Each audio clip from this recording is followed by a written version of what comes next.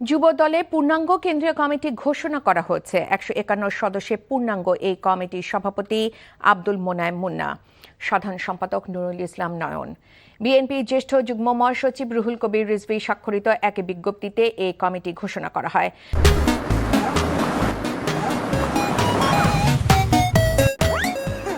কমিটিতে রেজাউল কবির পলক জ্যেষ্ঠ সহসভাপতি, মোহাম্মদ কামরুজ্জামান জুয়েলকে সাংগঠনিক সম্পাদক করা হয়েছে। এছাড়া 29 জন সহসভাপতি, 29 জন যুগ্ম সাধারণ সম্পাদক, 23 জন সহ সাধারণ সম্পাদক, 12 জন সহ সাংগঠনিক সম্পাদক, 5 জন আইন বিষয়ক সম্পাদক রাখা হয়েছে কমিটিতে।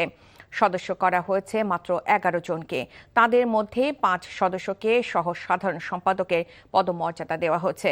2024 সালে 9 জুলাই যুব দলে ঘোষিত 7 সদস্যের আংশিক কমিটিতে সভাপতি হন আব্দুল মোনায়েম মুন্না এবং সাধারণ সম্পাদক নুরুল ইসলাম নয়ন।